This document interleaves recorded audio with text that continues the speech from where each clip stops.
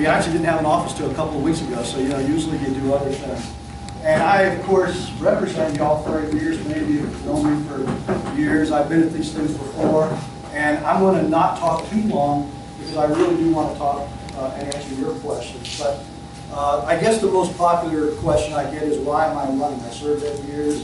I have a pretty good business. I have a family. I just got out of law school. And the reason is very simple. I believe America is going in the wrong direction. And I believe that people, like probably any of us that are running, can make a difference in Washington. My life experience includes 20 years in the military, Florida State, Harvard, Nova Southeast education, starting a business from scratch and building it. These are not talents that are in Washington, D.C. And one thing that the people of Jupiter Farms does, I would be willing to fight battles on their behalf. We fought a battle for 6 years in the state legislature to get portability, so that people could live where they wanted to live. And it did take 6 years, but we all went to the polls to vote for that. 67% of the people voted for portability. And now you're able to move from one house to another as your family upsizes or downsizes and save tax dollars. I guess a nice thing happened in my campaign. I hate primaries because in primaries you're saying bad things about other Republicans, and I never see the point of that. But yesterday, for the first time, Patrick Murphy started calling me a liar. And why did Patrick call me, a Catholic, a liar? Because last week I sent out a flyer, and I said in that flyer that Patrick Murphy supports all aboard Florida, and I oppose it. And I could have said, but I'm going to spend my money. I could have said all the Republicans oppose it, but I just personalized it. And he then sent out an email saying, oh, he's opposed to it. I told the Coast Guard just on the 4th of July weekend. But strangely enough, he then sent a letter. He also showed us the letter he sent to the Coast Guard commander, and it said, my constituents have the following concerns, and not one place in it did he say that he was opposed to it. And he's done that time after time with issue after issue. Remember, Patrick Murphy's got hundreds of thousands of dollars from the people that would benefit from building AAF. And Patrick Murphy, on the 13th of October last year, sent a letter to the DOT, said, let's expedite all aboard Florida. So if he's changed his mind, good, that's great. But why would he have so enthusiastically supported in October if he had spent time in this community? Remember, he was a Republican 2 years ago, and he just moved the community. I also understand from your leader here that he said, well, he will come in September or October, but he doesn't want to come as a candidate. He wants to come as a congressman. Well, it's obvious the reason for that, because he does not want to debate the issues with whoever of us get the nomination. Our two top priorities up in Congress will be jobs and national security. If you look abroad, every day America is losing its leadership. Our allies can't count on us. Our enemies no longer fear us. Whether it be Syria or Egypt or Russia or Israel, we do this. I call it toothpick diplomacy. We all remember studying Teddy Roosevelt's. Speak softly and carry a big stick. Barack Obama says, bluster loudly and carry a toothpick. Domestically, things are equally as bad. Last quarter, the economy didn't grow. It actually shrunk by almost 3%. The jobless rate is over 6%, but the real jobless rate is over 12% because people can't get jobs. The participation rate, so many people are discouraged that the participation rate is now back to the levels when Jimmy Carter was there. No one congressman from anywhere can make all those changes, but we need in District 18 someone that represents our values, someone that understands job creation, someone that will be able to work with the Republican majority to get more money for the lagoons and do the things we need to create jobs. And in specific, and I've said this repeatedly, we need to improve the Keystone Pipeline. We need to repatriate some of that $2 trillion overseas with a tax holiday. And if it was longer, I'd tell you about inversions. We need to do something about inversions, which are taking our companies and moving their headquarters overseas. We need to get rid of the regulations that's suffocating our small business people and the granddaddy of all regulation, Obamacare, which is ruining our healthcare system. With that, and I don't know how much time I got, I'd love to answer questions. Can I interrupt for just a minute? Well, don't take this off my time, Lois. Did anybody find a cell phone out on the table, so we're missing one? I can't answer that. I don't know. It's in a light blue case, light blue rubber case. Did you ring the number just to see it? Yeah, I called it. It might sound silly, but didn't someone ring it while you were standing next to the garbage can with? No, I didn't do that. I think that. Just in case it got accidentally with your plates. As soon as it's over, we'll have a snack time. Yeah. I know there were some questions. Yes, sir. Yeah, especially since you brought up dates. The amount of money that gets spent on negative advertising to me is unbelievable. And maybe if you and Murphy and all the candidates coming up, and we would even be going here in Jupiter Farm to help you set up a series of debates. And instead of all this money being on a barrage of TV ads, you guys actually hold debates, which I would definitely get more information from than listening to negative advertising, and then agree to donate that money you would have saved to maybe like Women's Veterans or something at the end of the day. If Murphy will buy off on that, I'll buy off. The fact of the matter is, there's two kinds of negative advertising. One which I don't subscribe to, that's personal attacks. You'll never hear me attribute to Patrick Murphy a bad reason. He's trying to do the best job, I assume. But when it's policy issues, I'm going to attack those policy issues. You know, when he's for the DREAM Act, when he's for amnesty, I don't agree with that. And I have an obligation to put my interest out there. I suspect, maybe I'm not right, have your committee invited and see if whomever else prevail on the 26th, whether he'll come for 3 debates. I don't think he will, but I'll be here if you invite me to debate with Patrick Murphy. Now, out in the press, and you might have to fight. Well, listen, I love debating. I love debating. Any other? Yes, sir. Is Allward, Florida, is that the train that goes from Miami to Orlando? Yes, it cuts over from Orlando, and then it matches up, and the legislature gave them the right of way, and the legislators that are key have now changed their mind on this. Joe Negron, for example, a few weeks ago came out negative. They also snuck in some infrastructure. It cuts over by there and goes on down. It stops at 4 places. It goes at 100 miles an hour. That creates a lot of problems. For example, the Wasatch River, those bridges are up. They're down 3 hours a day. Even the advocates of AF suggest that there be 9 hours a day. But the real pain will be that inevitably, because of the financing, you will read time after time, this is a private project. Well, guess what?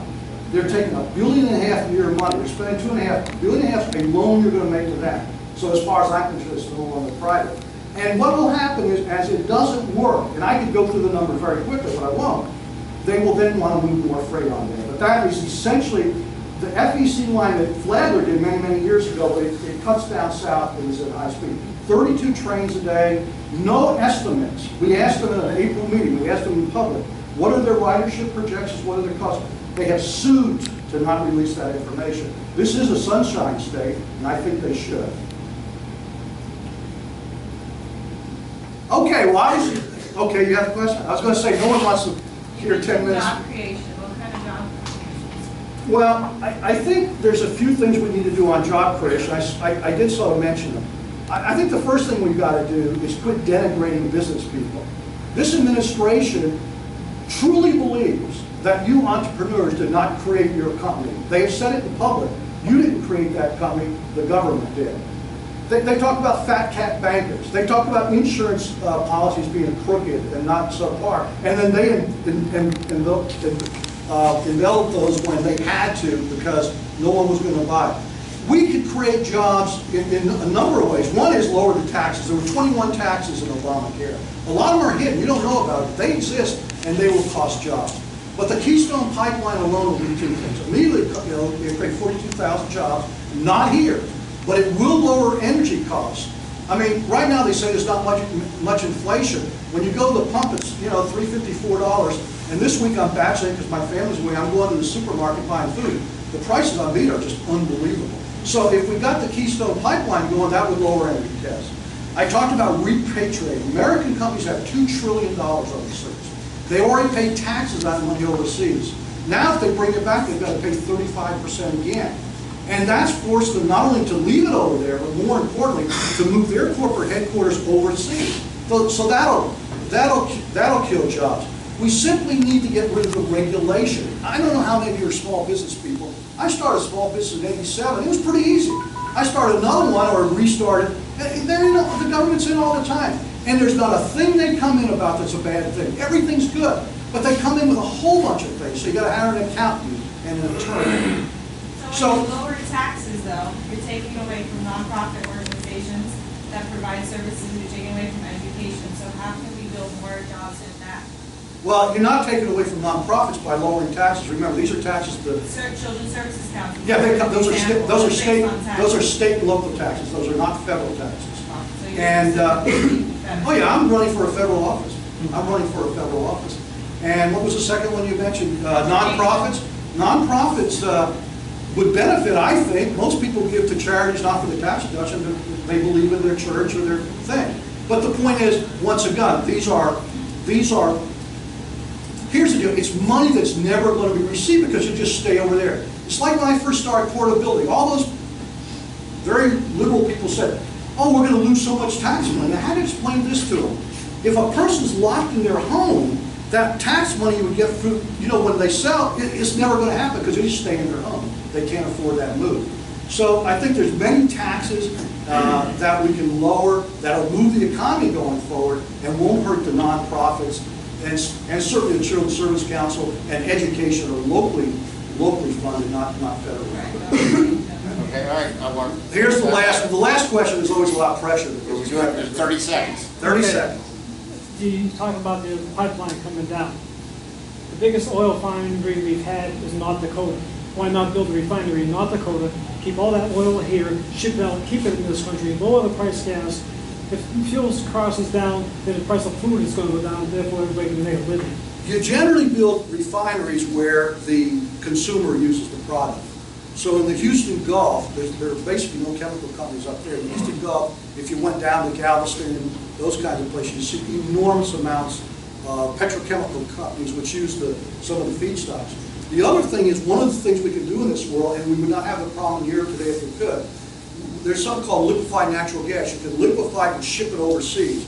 There have been a couple of those approved. So it has always been the case, like much oil comes from Colorado, you usually ship closer to where the end product is going to be used and refined there. It's just economically a better situation. Okay, well listen, thank you so very much. And we're not going anywhere. I'm going to go hunt for a phone. Where'd you find it? No. Thanks a lot.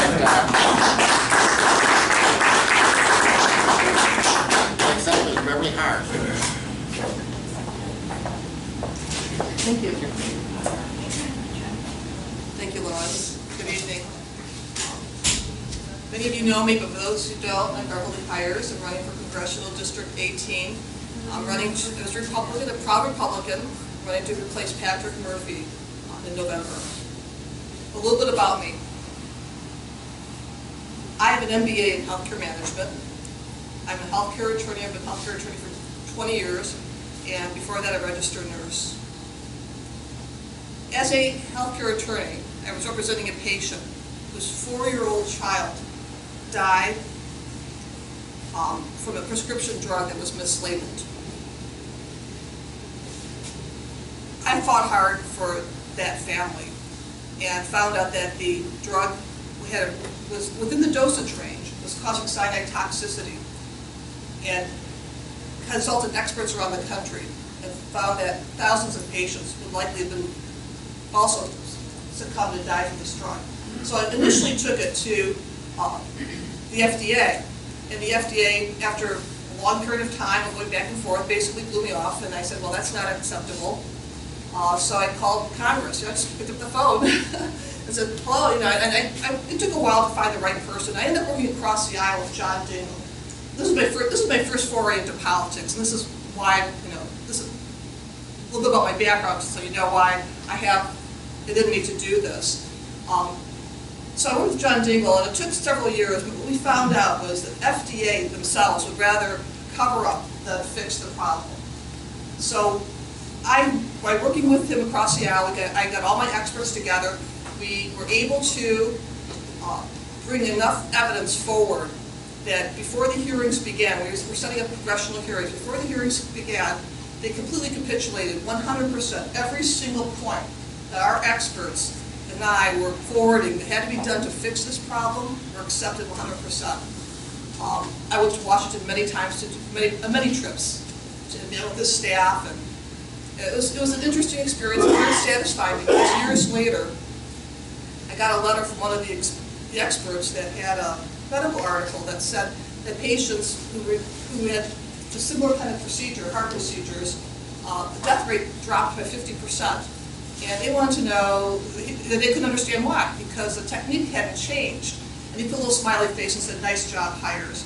Now that's how I knew that you can fix things in Washington. It's not all bureaucracy. It's not all, a person can't do something. I wasn't a politician when I did that. I was a person. Since then, obviously I had a family, my triplets, and we had my law practice. I balanced all those concerns. Got my MBA in healthcare management. And when I was, by the way, I didn't mention that when I was 19, I graduated from nursing school and became an RN. That's how I worked my way through school altogether. So I mixed my healthcare experience with my business experience, my legal experience as an attorney.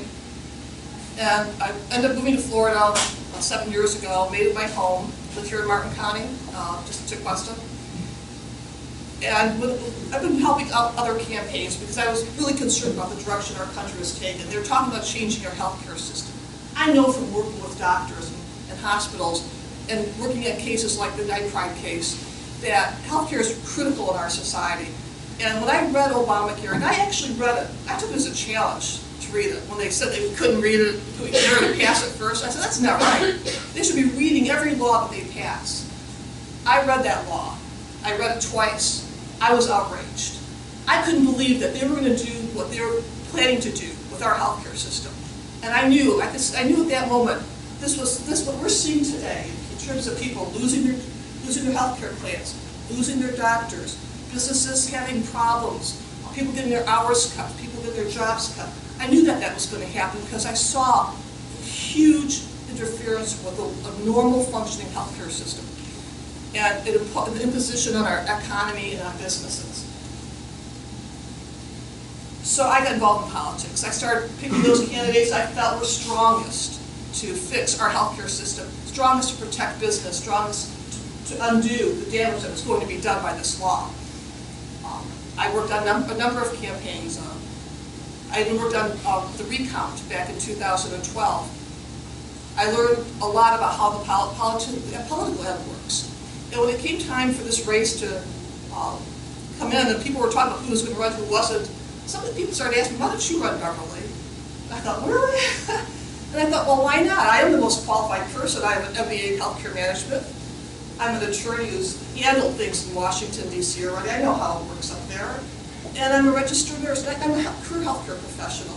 Our healthcare system is #1 this fall. Patrick Murphy is weak on healthcare. He's voted for Obamacare, the job-killing policies, policies that hurt your healthcare choices again and again and again. I'll hold him accountable this fall. So not only do I feel that I'm best qualified to go to Washington to address that most important issue, but also to take on Patrick Murphy. I'm also very strong on stopping all aboard Florida. I was the first one to come up with a strong position against the train. I was the first one to blow the whistle that it was all about freight. In fact, because of my experience with the nitrite case, with the cyanide death case of the child, I know how to work with government oversight. I know how to use congressional oversight to fix things. That's why I felt that that's where you have to fix it. You have to fix it in halls of Congress, not in the media. And that's what we're seeing. We're seeing a political campaign, not government working for you. So I feel and also with our rivers and our waterways, critical importance, especially in Florida. We can't allow upstream interests to continue to pollute our rivers and streams, and we shouldn't be the dumping ground for it. It's just wrong. And I also feel very strongly about our border. I'm a daughter of an immigrant. My father immigrated to this country, fought in World War II in the U.S. Army. I know he fought for freedom. He was very proud to be American. I know the immigrant spirit and the American, we can do this. You know, we work for what we have. We're proud. We're self-reliant. And he was a very proud former service member. He was injured in World War II. He fought on D-Day. And 6 weeks later was injured in a battle in Cherbourg and was discharged as a disabled vet. So that's my background. So anyways, I should stop and let you know if you have any questions. We've got about 3.5 minutes here. All right. Let's talk Any about questions? that now. Any questions, Jeff? Does anybody have any questions? Yeah, I got one. Yes. You said you favored the old way of health insurance, so that means you favor insurance companies being able to deny according to pre-existing conditions. Well, let me explain. I don't believe in the old way. I want to replace Obamacare with laws that actually do work. And I'll ask you that. There's two parts. There's two parts. I got it. I got to answer both parts. The first part, I don't believe in the old way. The old way had a lot of good things, but it also had a problem. And one of the biggest problems, and I know this from talking to doctors and working with doctors, working at hospitals, and working for hospitals, both in this capacity as a nurse and an administrator, and as well as an attorney, is that healthcare insurance companies don't operate under the same laws other companies are required to. They have an exemption, an antitrust exemption, which means they can price fix, collude, and monopolize markets. They can still do that under Obamacare. That's why our policies are so expensive now. That's why they're largely unaffordable for most working people. Now, as a pre-existing condition question is a very good one because it seems like a reasonable and nice thing to do. And an honorable thing to do is not to deny somebody on that basis. But I was up in Stewart just a couple weeks ago talking to a man, and he was in tears. He said that he lost his insurance policy because he was denied, because of a pre-existing condition, his cancer. So under Obamacare, he was able to buy a policy. But when he went on the exchange to buy his policy, he found out it was $819 a month. He had a $12,000 deductible and copay and co-insurance. He couldn't afford it. He still can't afford it. He is so frustrated. Here he has now, so it's really a false choice. If you're going to make it so expensive to even afford, even having, whether you have a pre-existing condition or not, you can't afford it. And because he has cancer, he can't work to even make the extra money. He can't take the second job to try to make it ends meet to pay for the insurance. So it's, yes, we need to do something about that. And I think we can do that without changing the entire healthcare system to force everyone into policies that they don't want, losing their doctors, making it too expensive for everyone. It's a lot more affordable way to address those particular unfortunate situations. Well, it's, to me, we're still the only country where you can go bankrupt according to healthcare. I work in the home health industry myself. Every day I do home health physical therapy assistant. Oh, you are? Okay, I've been doing that for about 15 years now. And I've pretty much seen it all. And So the fact that I so I've can see seen people lots. having to make decisions on whether to pay their electricity or buy the prescription drugs, which pharmaceutical companies have put right through the roof. Okay, still sad to me. I see that improving though. I see that improving. I haven't seen it as much. During good old George Bush, it was horrible. People had some very hard times, and it wasn't a pretty sight. I understand what you're saying. That's why I'm saying we don't need to go back to what we once had, but we should try something different. Make it free, truly free market, truly competitive. Buy plans that you want across state lines if you have. Buy the one policy that works for you best. Also to have tax credits, you know, for paying for your What about insurance the policy. bankruptcy thing? How would you address that? But the person has a medical, see, you know, you're asking the current Well, you're system. an attorney, so you're Well, you know, familiar with bankruptcy erases your Well, liability, there's that's- certain things, certain protections. You can get into bankruptcy for a lot of Yeah, but reasons. then it ruins your credit. Would you be proponent of a law where if you had to do a medical bankruptcy, it would ruin your credit, the companies wouldn't, they only You know, charge you there may- like 18, 20%? maybe that's a good It idea. hasn't happened to me, but I know plenty of people that have. I like that idea. I think that may be a way because, you know, unfortunate things happen to everyone. It doesn't always have to be medical, and it is unfortunate. We can't avoid all problems in life. And what we can do is make it fair. If it's through no fault of someone, so they get caught something like that, maybe it shouldn't hurt their credit. I'd like to look into that. That was a good idea. I'll look into that. All right, very good. Any more questions? I'm gonna try to keep everybody moving, as fast as I can say. All right, Brian Lawrence up next.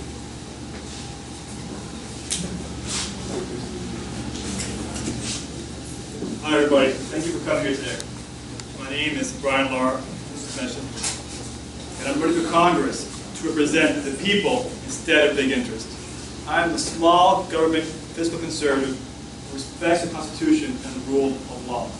I'm the son of Cuban immigrants, and we grew up poor, but my parents thrived and instilled in us a love of freedom and individual choice. Republicans need to reach out to all Americans without sacrificing the principles that make this the greatest country on earth, and understanding that each of us is born with inalienable rights. It is government's role to protect these rights, and individual choice, not government mandates, lead to greater freedom and economic prosperity. I'm running against Common Core. As a congressman, I will fight any solutions to get federal solutions to education. It should be a purely local issue. Common Core is a government overreach in which Obama diverted $4 billion of stimulus spending to entice states into adopting standards that the Department of Education should not be doing. Actually, it's a violation of federal law. My top priority in Congress will be strengthening our economy. And small businesses are drivers of the economy. We need to get government out of the way and let businesses do what they need to do by cutting regulations. Now, the plan to increase jobs and grow our economy includes, one, we need to bring back the billions of dollars, trillions of dollars that are held overseas by corporations without allowing companies to invest in our economy. We need to, our corporate tax rate is among the highest in the world. We need to lower the rate to be competitive with other nations so that companies can invest in our own economy and keep jobs here. We need to enforce our immigration laws so these jobs go to our citizens and legal residents. We can achieve lower energy prices and add jobs by encouraging domestic energy production. And we need to have Congress review all current and future regulations to make sure that they are current, necessary, and fair. And we need to simplify our tax codes, both corporate and individual, thereby cutting costs. We have to replace Obamacare. It is costing jobs across the country. And Americans are being forced into a plan that offers less care for a higher cost than what existed before Obamacare. We can replace it with a plan that allows individuals to choose their own coverage, that permits insurance to be sold across state lines, thereby creating instant competition for new customers and driving down costs. Individuals should have the same pre-tax benefits that corporations have through expanded health savings accounts. We need to fund Medicare with the hundreds of billions taken from it by Obamacare and the Democrats. And finally, we should implement tort reform so that more of our dollars go toward care rather than legal protection. On the train, all aboard, I'm not aboard. We have wealthy investors seeking $1.5 billion of taxpayer money in federal loan guarantees for a passenger rail from Miami to Orlando. We already have a passenger rail from Miami to Orlando, an Amtrak, and it runs in the red every year. So if we fund this, or if we grant this federal loan guarantee, taxpayers will be responsible for picking up the bill. In general, I oppose any taxpayer funding of private ventures. Corporations should not get the benefits while taxpayers take the risk. In Congress, as I said, I'm a son of Cuban immigrants.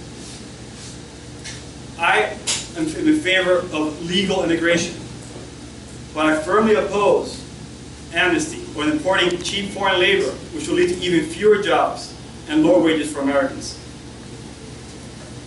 In Congress, I will stand with you, and I will fight for you. And I'll put your interests above the special interests. The politicians have failed us.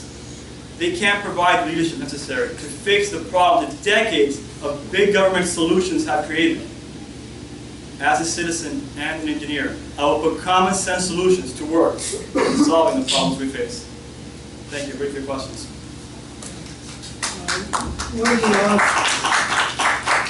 What are the odds of repealing the law that doesn't allow us to buy drugs from Canada, because the drugs in Canada are just as good as ours are, 1/3 the price. And Well, it's a good question. Actually, it's the same drugs. It's actually the exact same medication, otherwise it wouldn't work. And the law is based in order to keep the business of pharmaceuticals running in the U.S. So they actually have different price structures depending on what country you're in.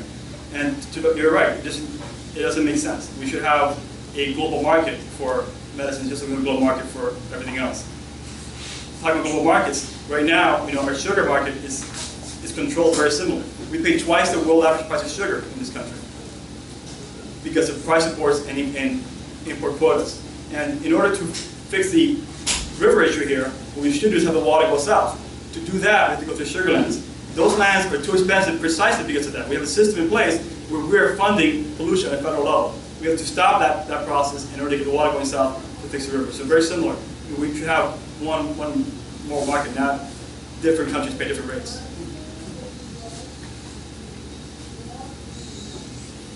Can you expand on the Common Core and bringing up Where's that in Common Core? I'm against Common Core. I believe education is a purely local issue. Communities should be able to decide on their education as much as they can. Common Core is a system where big government bureaucrats determine what books to print, who prints the books, and what lessons to teach, highlight, or omit. It's wrong. We should have everyone in the community decide what books your kids should learn from. If the standards make sense, then you're going to want to meet them. Communities will strive to meet them. But if they don't, you can ignore them. However, if you have a national system that's telling everyone what to teach and what not to teach and what to ignore, then you have no choice. And I'm for school choice, so that people can give the education that their child needs. Every child's different. But what good is school choice if every school is forced to use the same curriculum that public schools have? So then how would you keep the standard to make sure everyone's learning everything across the country? And no one knows everything. That's the first thing. But to your point, most important thing, reading, writing, arithmetic. That's a good point. But look at the current curriculum. If you look at the math, I'm an engineer. I studied engineering in college. The math makes almost no sense the way they're trying to teach it. And that is because, and I think I realized why they're teaching it that way. Not because it makes sense, but because they wanted to copyright it. So you have two companies that copyrighted the math curriculum and the way it's done, which is why all the kids aren't going to learn it. It makes no sense. We should not have the government deciding how to teach things and what to teach and how and what is the right answer is. Especially when it comes to history, though the standards don't establish history yet. But the math questions often are very slanted into environmentalism. So even though they don't have a standard for math for history, they do in many ways teach the politically correct way of thinking by slanting questions in one way or another, and it's just wrong. Individual communities should be able to choose what courses and what they teach and what their kids learn.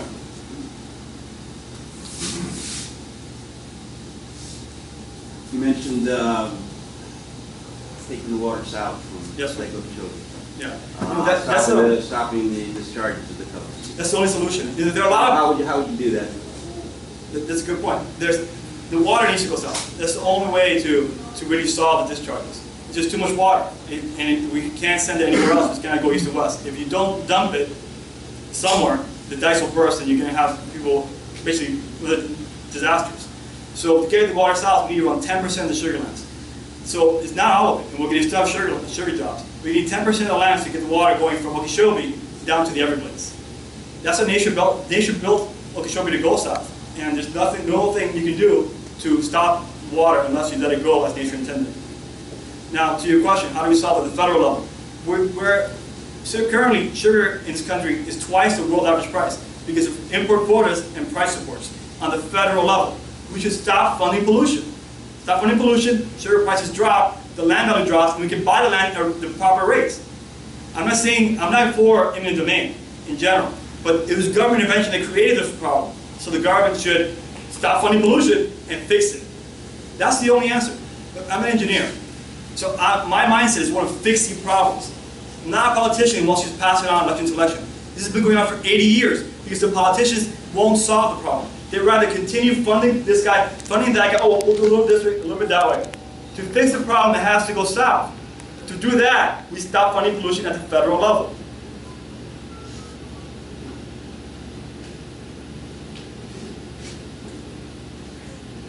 questions or anything else? Good, we got 10 seconds.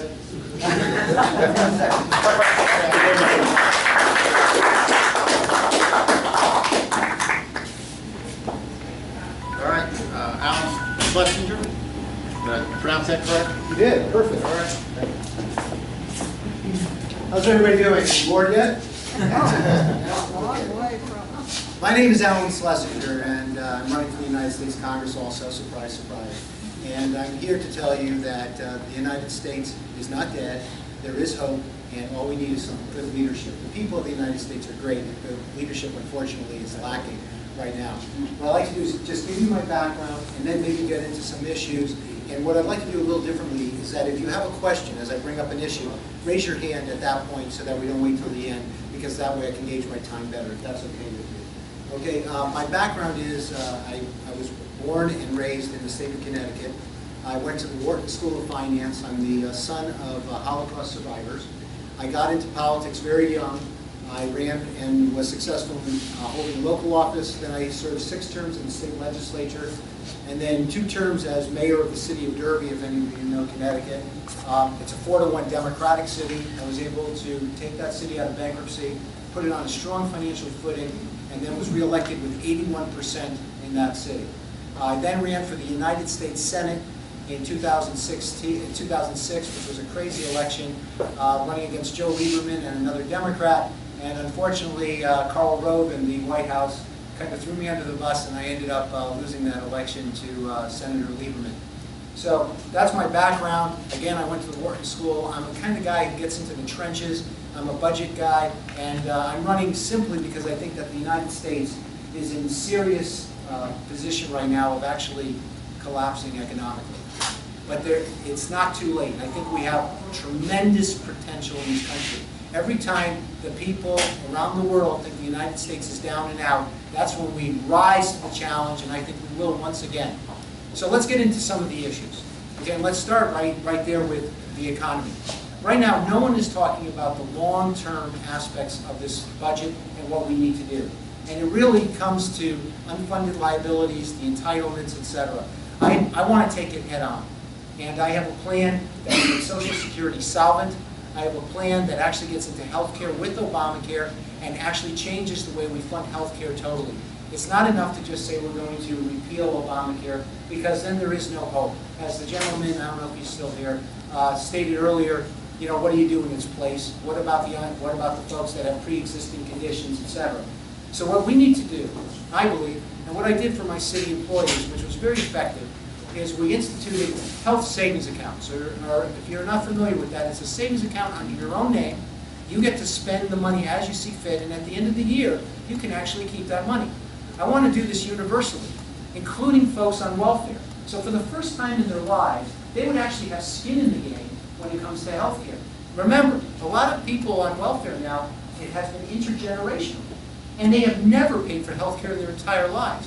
Can you imagine if for the first time, at the end of the year, they can keep whatever's left of $3,000 per person or $6,000 per family? So I think that would have a tremendous effect. In my city, when we and by the way, the unions were against it, but when we implemented it, guess what happened? And we gave it to them for free, just like I'm suggesting with welfare. We saved 25% overall because the utilization went so far down. It's amazing when something's not free, how people change their attitudes about it. So I think we can do this universally. Now you'd ask, what about when that's used up? And that's the big question. Do you remember, if you're as old as me, I don't know if anybody here is, but we used to have something called major medical. And it worked so well for so many years. This was after World War II, into the 60s and 70s. And what it meant is that insurance was for insurance purposes. It meant that if you had something catastrophic, you would have the insurance to cover it. That's what insurance is about. Think about how we've been indoctrinated. All our lives, we think now that you need insurance for the first dollar. It's crazy. Can you imagine having house insurance on your first dollar? Can you imagine having auto insurance on your first dollar? It makes absolutely no sense. So here's where it comes in. You might say, well, you know, Schlesinger's got an idea here, but how's he going to get it passed? Well, the major medical component, I want to work with the Democrats and get a consensus on how we can fund the major medical aspect, and maybe bring it through both caucuses And wouldn't it be something if we could get something done in Washington in a bipartisan fashion that's so critical to the economy, that is now 20% of the entire economy? So when you start talking about, healthcare and the economy, they're one and the same. And by the way, Obamacare was not instituted for healthcare. It was done for redistribution of wealth. It was done to get extra tax revenue in and move the money around because Obama was unsuccessful in getting other tax increases. Because think about it, and think about my theory here. If you wanted to get people with pre-existing conditions insured, and folks that didn't have insurance insured, would you disrupt everything? Would you take, as a matter of fact, next year, 100 million people of America off of their health care plan if you weren't talking about redistribution of wealth? Of course not. So that's what it's about. And by the way, he put it off until after the election unilaterally. There's a lawsuit about that now coming from Boehner and the Republicans. But my point is that he did that solely to get by this election. When we get by the election and all those cancellations go out, that's the time we have to be ready with a solution. So any questions on health care? Yes, sir. Where are you getting your number that it's 100 million people whose policies are going to be canceled? That is the estimate that I've seen. That's a third of the country. That's correct. Well, it's actually more than that.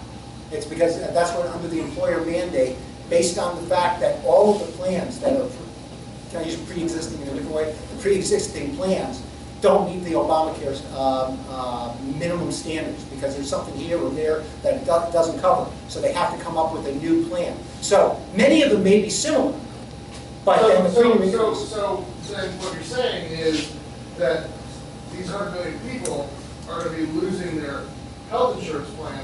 However, there's going to be a majority of them that will be put into another plan.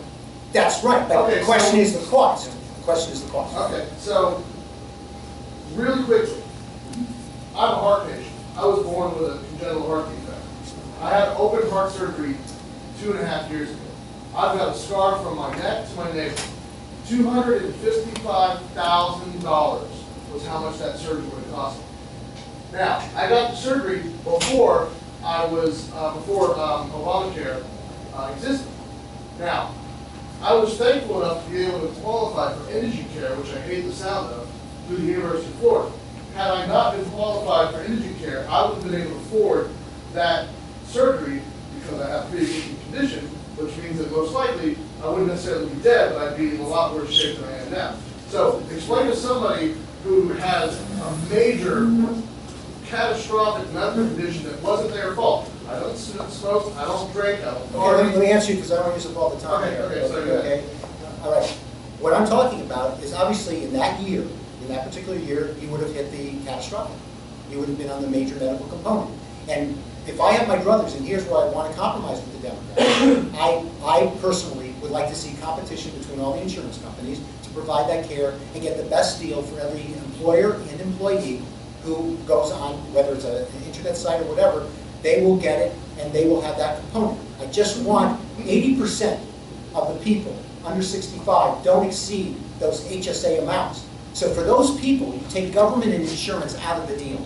So you're getting all the dollars going to healthcare for the initial $3,000 or $6,000 per family. The other 20% that would be catastrophic, as you did in that particular year, you would be covered by the catastrophic. Your situation would have been any different as you did with indigency. The only question is, would it have been paid for by your employer or would it have been paid for by the government? And that's what we have to discuss when we get into it. Other questions on healthcare? I'm running out of time like that now, boy. There's so much I wanted to cover. Let me quickly go through some of my other stands.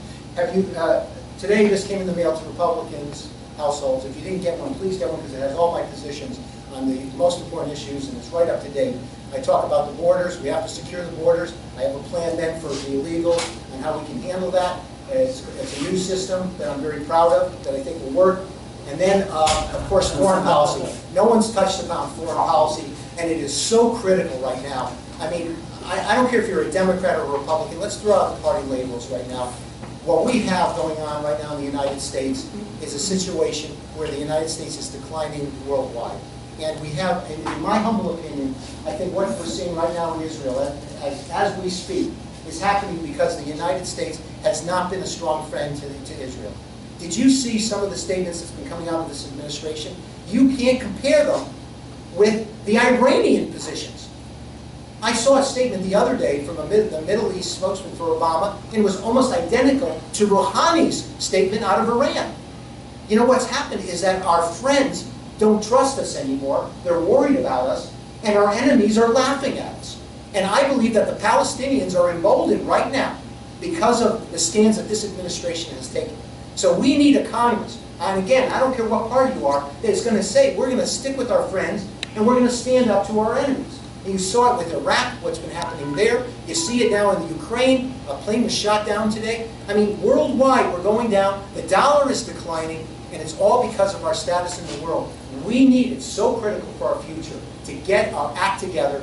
And that, ladies and gentlemen, is why I'm running for Congress, and I want to be the best damn congressman you've ever had. Thank you, and bless all of you.